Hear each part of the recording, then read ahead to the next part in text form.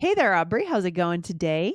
I'm great. How are you, Lindsay? Feeling pretty good today. No major complaints. What is on our plate today for All Ears English? I have a question I want to start here. Have you Okay. ever had a teacher correct you in a way that made you lose motivation to learn? Oh, yes. I was traumatized by my let's see, middle school French teacher. I was Oh no. terrified of. That's why I got so into languages because I did so bad, so poorly. My first like semester of French, I think it was it middle school? It was high school, middle school. I did so poorly, and so I got so motivated to actually be good at languages, and then I realized I am good if I study in a certain way. So yeah, I was very traumatized by that class. Oh, Yes. interesting. Was it correcting pronunciation? Do you remember? I think it was just really, like, not very encouraging the way she would correct you, Oh, "That's wrong, go to the mhm. board, write it correctly." Just very old school ways of teaching. Yes, humiliating you in front of the class, right? Yeah. That's the Yeah. worst. Well, we got a really interesting question about this, right? Should teachers correct grammar, and if so, what? And how does that motivate? So I'm excited to talk about this today. Yeah, I'm super excited, but I wanna remind our listeners, today's question does come from a YouTube viewer, and we do have a different way to consume this podcast, which is on YouTube. If you love YouTube, if that's actually the way you'd prefer to consume this show, go over to YouTube and search for All Ears English. Hit that subscribe button right now. You'll get all these episodes. 100% of the episodes are now on YouTube from the All Ears English podcast, right, Aubrey? Yes, So and you you can, can leave questions right there in the comments, right? Or yeah, share your opinion, share your thoughts. We love to read the comments there. it's great. And if you learn more visually, you can see us here talking to each other, right? And our gestures and our smiles, and it's just another way to consume the show. So, Aubrey, I'm going to go ahead and read the question from Perfect. Ahmed Tarek. Uh, um, Ahmed s- Shalabi. Ahmed Yes. Shalabi, Ahmed Tarek, Ahmed A long Shalabi from YouTube name. 7175. Okay, here we go. Hi, Lindsay and Aubrey. Thank you for the interesting video. I teach English to adults in Egypt. Ooh, Egypt, yay. My question is, if I hear my learners making this mistake with pronouns, for example, she's taller than me. Should I leave it out in the feedback I give to them on their speaking, or should I correct them? Some of them might say that they hear native speakers saying it. I'd really appreciate your advice on that. Thanks in advance. Great question, Aubrey. Yes, right. This was a recent episode, 2093. Her and I, or her and me, your grammar questions answered. We shared a few mistakes that are made with these pronouns. And one that's a very native mistake was shared here by this student, right? She is taller than me. Accurate grammar Yes. would actually be she is taller than I, but we don't say that. At least a lot of speakers in the United States make this Yeah. mistake intentionally, even if we know it's incorrect grammar. Yeah, so the question for today's episode is going to be great. It's going to be for our listeners who are English teachers, which we have a lot of them. And it's also for our listeners who are English learners and want to know what are the mistakes that are okay to make and what are the ones you want to avoid like crazy, right? Exactly, right? And why this is going to be really interesting to talk about. And if you have a teacher that corrects your grammar a lot, if it's demotivating, what should you do, right? There are a lot Yeah. of details here. There's a lot today. But first, guys, go over and check out episode 2125, which just came out earlier in January. The title is How to Share Your Faults in English for Deeper Connection. We talk a lot on that episode, about how people connect with human beings and we all have faults, right, Aubrey? We all have things we're working on that we're challenged by. And so, how to share those in a way that's not too vulnerable, but does give people something to connect with. Absolutely. And this is so applicable because we all make grammar mistakes, right? Hmm. And so if we can just admit a fault, laugh about a fault, and continue to connect in Yeah. English, we're going to enjoy language learning so much more. Exactly. So let's go first, Aubrey, to the perspective of the teacher to directly answer Ahmed's question of what should he do if he hears these mistakes. He knows they're wrong, but he also knows native speakers make these mistakes all the time. Where do we go from here? We consulted with our team here. We talked to Jessica for her opinion on this too. Yeah, I Uh, wanted to talk to Jessica because as a previous IELTS examiner, I was curious about which types of grammar errors IELTS examiners care about because yeah. it's very dependent on learner goals if grammar will be corrected or not. If a learner is studying the language as a major at a university or to pass an exam where grammar is scored, then yes, a teacher should correct them so they're aware of the grammar errors they're making. Mhm, mhm. Okay, so for Ahmed, if you're training someone for IELTS, if grammar is gonna be important, and by the way, go over and check out our IELTS Energy podcast if anyone is taking the IELTS exam, right, Aubrey? Because there's certain ways to learn grammar for IELTS too that are not the same as everyday grammar, right? There are Exactly. strategies. A Yeah. lot of students focus too much on grammar, actually, and you can Mhm. waste a lot of time when the other scores are actually easier often to improve your overall score. So we Yes. share when grammar matters, what to focus on, and what you shouldn't be so worried about over there. Yeah, so check it out. But okay, what else, Aubrey? What else did Jessica say? What else do we think? What is our Yeah. perspective here? Well, so because it depends on learner goals, if that's not the goal, if it's for general fluency, which a lot of you listening, your goal is general fluency. And if Mhm. that's the case, a teacher should not necessarily correct your grammar because it can be very demotivating to be corrected a lot. It actually hurts learning and can hinder progress. You won't learn as fast if you're only focused on grammar errors, trying to be perfect instead of trying to connect in English. Yeah, we are all about connection, not perfection. Yeah, I like the approach if we are working with a student on fluency. Maybe if they come to you at the top of the lesson and they say, "Hey, I want to work on prepositions today," right? Then maybe we correct only prepositions that day, right? Or only one kind of preposition, one example of using a preposition in a certain way. That's the only thing grammatically we're going to correct that day. We're still working on fluency and we are targeting one grammar point. But if we start correcting everything, we're no longer practicing our fluency.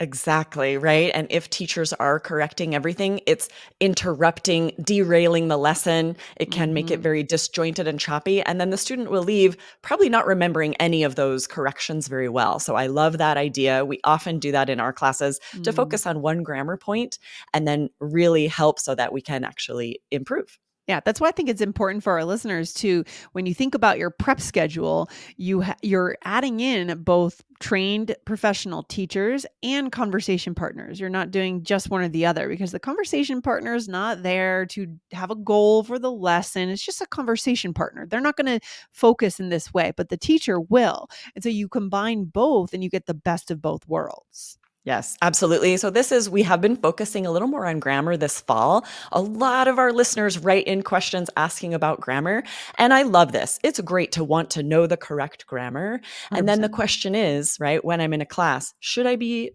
thinking about every grammar point, being corrected on every grammar point, or is that actually hindering my progress? Right, Aubrey. There's certain grammar points that are just grammar mistakes that are just way more glaring, and Absolutely. certain ones that you're going to hear a lot of people making them on podcasts and movies, your neighbors. It's going to happen all the time, so it's probably acceptable.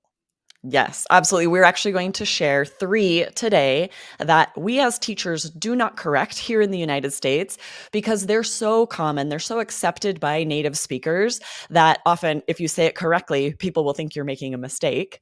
Or it's just so accepted that it almost isn't a grammar error anymore. Maybe some real grammarians, experts would disagree. This is where it gets a little tricky, but even those who are learning a language for college, for test prep, these are three errors that you don't need to worry about that native speakers make all the time. Yeah, and this comes back to knowing why you're learning English.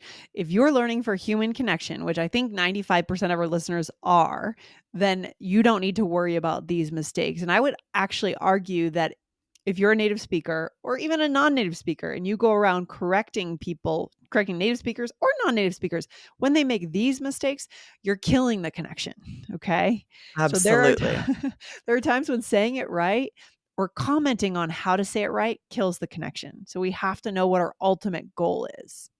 Yes, it can feel very judgmental or very condescending Mhm. if someone were to correct one of these errors, especially because you run the risk of correcting someone who knows it's an error and is saying it incorrectly on purpose because it's part of their regional dialect. It's so common, it's so understood that, like you said, it could really kill the connection. And don't worry, we'll tell you when there are mistakes, and that's for another episode. All of our other episodes that you absolutely shouldn't make. You should work hard to say correctly, but these are not those. These are not those. Exactly. So, Aubrey, where do we start today? I think our listeners are ready. We're rolling up our sleeves here. Yes, the first one is the one that Ahmed mentioned in his comment. She's taller than me. And we shared the episode where we talked about this a little bit more, though the correct grammar is she's taller than I because of the implied verb. She's taller than I am. Right. I have only heard where I live, she's taller than me. Me too. And this is because we usually hear the object at the end of a sentence, right? My cat sat on me. Right? We usually hear me at the end of a sentence, so it just feels more correct. Right. And if you're really, really torn with this, if this really bothers you, there may be some listeners that are really annoyed by this. Just say she's taller than I am, right? That's the way you can kind of avoid saying it incorrectly when, 95% of people are not going to have a problem with that. But if you do, just say she's taller than I am.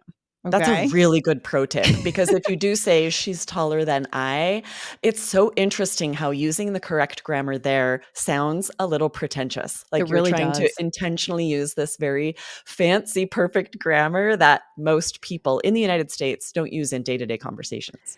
It's really interesting. We've talked about this on that episode and a few other episodes. We did one interesting episode this fall, Aubrey, on how to mirror who you're around and the way you speak your register and why that matters for connection. Right? Bigger words. Should I Yes, the sesquipedalian, right? That vocabulary, right? sesquipedalian episode. Yeah, check that out in our back catalog, guys. Super interesting commentary around connection and being correct. Yes, if you guys missed that episode and this word sounds very foreign to you, sesquipedalian, it means someone who Mhm. uses big fancy words too much, right? So absolutely Yeah. use interesting vocabulary, but it can be overkill. We can do it too much. Definitely go back and check out that episode if you missed it. Okay, so that is number one. That is the first grammar quote unquote mistake that pretty much 99% of native speakers are making. And so you are fine to go ahead and make that mistake. Okay. Yes. So, number Number two. 2 is when someone asks, "How are you doing?" right? Mm-hmm. Correct grammar would be to say, "I'm well," to use an adverb here. Mm-hmm. But it's become sort of slang to answer, "I'm good." And that just means like, "I'm fine, everything's good." And this is so common Yeah. that if you were to correct someone, if someone says, "I'm good," and you say, Right. "Don't you mean I'm well?" That would really kill the connection. They might even know that they should say, "I'm well," but they're intentionally making this Right. mistake because everyone around them also says it that way. Yeah. And this is the one that I hear native speakers actually saying it correctly the most, I would say. Between these three, I Mm. do sometimes hear people saying, "How are you doing today?" "I'm well, I'm well." Right. But tons of people say I'm good. I say I'm good. I've probably said that on the show before. Not a problem, Yeah, right? not a problem. And I love what you said earlier about some of this. It's good to think about should we correct someone? Because absolutely, Exactly. you can say I'm well and you Right. won't sound too, hoity toity, Yeah. too pretentious. Like that's normal. We hear both, But should you but correct someone? I Yeah. wouldn't ever correct someone. Totally 100% agree. Do not do it. Just move on. If you really want to connect and connection is what leads to happiness, then move on with the conversation. What are Exactly. your weekend plans? Tell me more about your day, right? Ask real questions. Don't get stuck in these things that really don't matter for your happiness in your career or your life, right, Aubrey? Yes, especially where this is going to happen at the top of a conversation when you're first greeting Mm, someone. And how fun for you to get deeper, to have a connection, have a great conversation. But if you correct their grammar right in the greeting, that's hard ugh. to overcome and then get past this feeling of having corrected someone. So just Yes. don't do it. Especially if you're first meeting someone. What is that expression? You never get a second chance to make a first impression, right? Right. It's so true. So, yeah. Okay, Aubrey, we have a third here. What is it? All right. And I get questions a lot from students about this. It's who versus whom. Uh-huh. Rarely do native speakers use whom anymore in casual day to day conversation, at least in the US. So, an example is we might say, "Who are you talking to?" And Mhm. correct grammar would be, "Whom are you talking to?" Or if you don't want that dangling preposition, you could say, "To whom are you talking?" Yep. This sounds quite formal. And so, in regular day to day conversation, you'll hear this grammar error quite a bit. Who are you talking to? Totally acceptable. Most people won't realize you're making a mistake. Yeah, for sure. Last week I was watching the movie, was on TV, A Beautiful Mind. Have you ever seen it? A Beautiful Yes, but it's been Mind? a long time. It's been a long time. The professor, John Nash, on the Princeton campus, he had conversations with Einstein, lots of older professors from the 1950s. Maybe I would hear that there in that setting. Okay. World famous professors, Yes, but that an is not the setting. academic. Yeah, but super, super like old. Okay. In the 1950s, Mm. 40s. Um, Older people, right? This is not the setting that most of us are existing in now. All Right, right. exactly, and this is different in depending on the English-speaking country you're in. We're talking about in the United States, these are very accepted mistakes. So, it is a little tricky to think about, um, when you're studying for an exam, when you're studying for college, you are likely going to learn these lessons, and in order to perform well, you will need to do this correctly. But if you're chatting with someone in the States, it's a whole different ballgame. Yeah, that's why we learn in context. So if you're practicing for an exam, maybe there's an oral exam, maybe it's not the IELTS, it's something else. Mhm. Practice the right way. Know these for sure. Make a point of saying it correctly. But again, most of the time we're out in the world, we're at work. And again, we make a distinction on the show, formal for work, informal for life. These also go just fine for work, right, Aubrey? Absolutely. Yes, these are Mm-hmm. mistakes we make in the business world as well, and no one would bat an eye. 100%. What's a takeaway today? I mean, this is it, right? That's knowing Yes, what when to just go with the flow. exactly, right, and if you do have a teacher who corrects your grammar a lot and it feels demotivating, talk to them about it, right? Yeah. They might not realize, they might think that you want your grammar corrected constantly, and if that isn't helping you get the fluency that you want, definitely make it a conversation. Yeah, and more broadly, before you enter your next lesson, if you have a tutor, ask your tutor, what's the goal of today's lesson? That tutor should have Mm, a goal, right? What is the goal? What are we working on today? If they don't say anything, then you bring that goal to them as an adult learner, right? 100%. Love it. yes, I love it, awesome, so fun. We love All chatting right. about grammar, but I love also really focusing on when is grammar important and when should we not let it hurt our conversations.